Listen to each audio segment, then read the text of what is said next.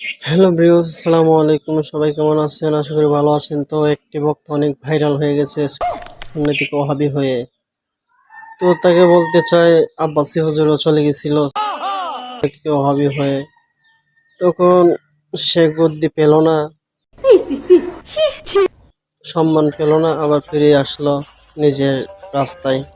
তো তুমি একদিন আসতে হবে সালিহি, এই পথ ছেড়ে বসবে সেদিন উষ্টাকে। আমার উদ্দেশ্য হলো অন্য কোনো কথা নয়, তাকে নিয়ে একটি কথা বলতে চাই।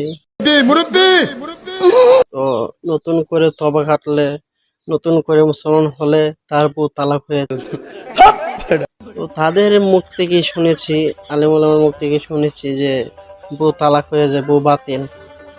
তো মোতালেব হোসেন সালিহের বউ